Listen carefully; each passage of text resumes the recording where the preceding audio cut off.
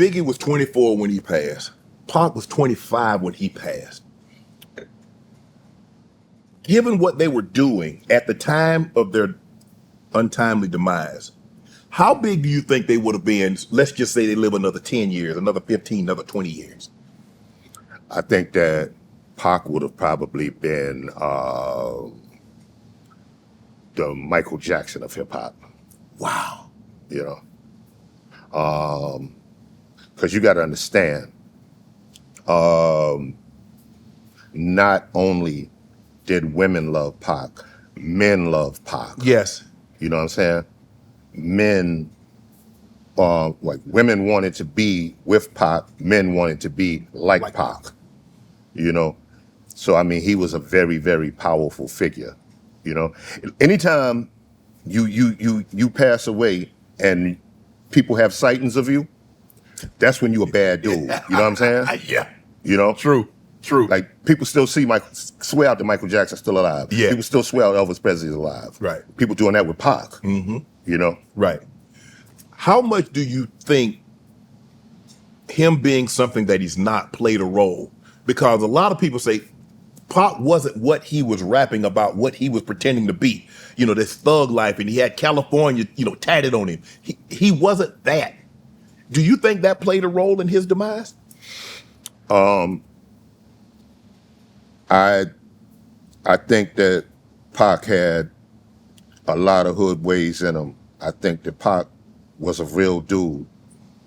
I think that Pac was a good dude. I think that the bad thing was just that he was easily influenced. You know, I'm not going to sit here and say that he wasn't about it. He wasn't real. I think that he was just easily influenced. He was a chameleon because he get with executives, be it TV or music execs, and he was charming. He was charismatic. Now, all of a sudden, he gets with people that live that lifestyle. He could convince you that he's about that lifestyle. But you see, you got to understand, when he was a dancer for Digital Underground, yeah, I don't know how many nights there would be where I would have to sit him, and it was him and Money B. Yeah. Money B wasn't doing that. Right. Pac and my dancers, Scoob and Scrap. Right. I'd have to sit them down like, yo, why are y'all fighting at an after party? Why are y'all, you know what I'm saying? So I've seen that side of Pac before he was Pac. Right. I've seen that side. I've seen him, get into it and romp with cats, after a show or backstage. I've seen that side. What was that about, though, Kane? Because you're like he's up and coming, and then he is at an after party. He's squabbing at an after party. Why? You don't have to do that. We all did that dumb shit, man. You can't just put that on Pac. Right. We all did that, right? Man, the things you're going through. I mean, you think about it. He passed at 25, so he had to be what, a late teenager, early 20s. You ain't never had a fight at an after party? Nah. Come on, Shannon. Nah.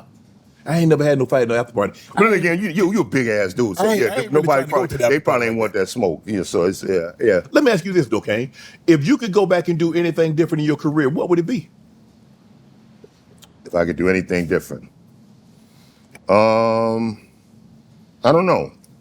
That's a dangerous thing to do. I don't know if I really want to. You ain't trying to rewrite history. Yeah, I don't think I want to mess up what I have. Yeah. I don't think I want to do that.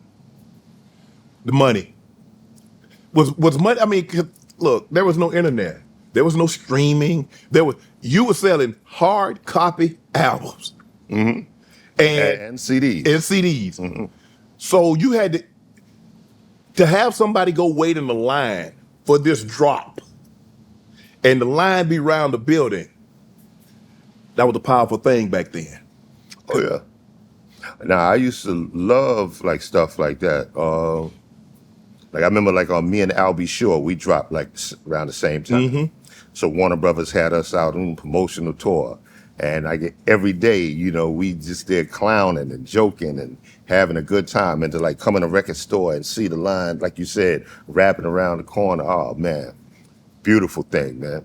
I sit there and start acting silly and whatnot, as they start coming in, me and Al sitting there. I'm like, all right, all the light-skinned fans on this side, dark-skinned fans over here.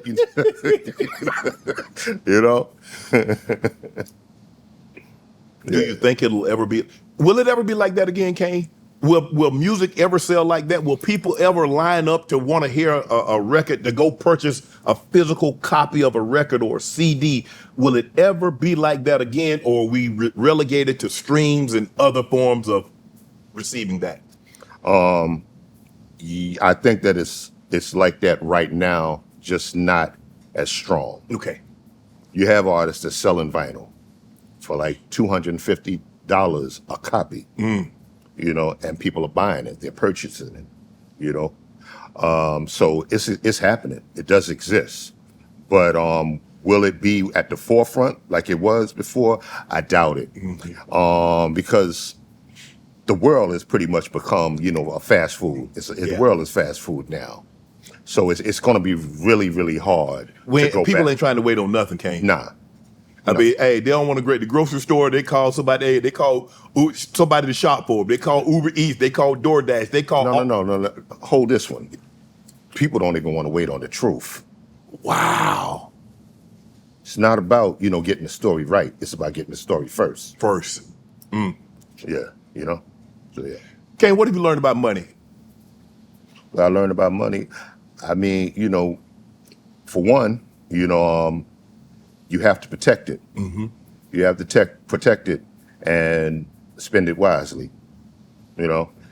And But how does a young man that's coming into a large sum of money, coming up from the background a lot of us came up from, impoverished background, maybe it wasn't a two-parent home, it was a mom or a grandmom, and you've never had, and you get this sum of money and all the things that you've ever wanted as a child or as a young man, you get an opportunity to get it all at once. You can get whatever you want, as much as you want.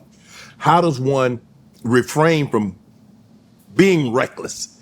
Because when we get money, Kane, and we in our 20s, we think we're gonna be getting money like this in our 30s, 40s, 50s. yeah, So it ain't gonna end. that's the mentality. But, you know, you have to understand that, you know, there was always someone before you. Yes. You know what I'm saying? There was Run DMC before me. There was a Melly Mel before me. You know, there was a Jim Brown before you. Yes. You know what I'm saying? So yeah, you have to understand there was someone before me. Right. You were, but to see rappers, what they become, they fly private. They got. I mean, I saw Drake. I was like, whoa, man, that Joe got a 767. Decked out. These guys, you know, 30, 40, 50, 60 million dollars, nothing for these guys now a year. Kane probably looking back like, damn, I'm just 40 years too soon. Well said, man. Well said. Want to join Club Shay Shay? Become an official member by hitting that subscribe button, where you never know who's going to be joining us for drinks and conversation. Don't be late to the party, because you know we like to do something before two something.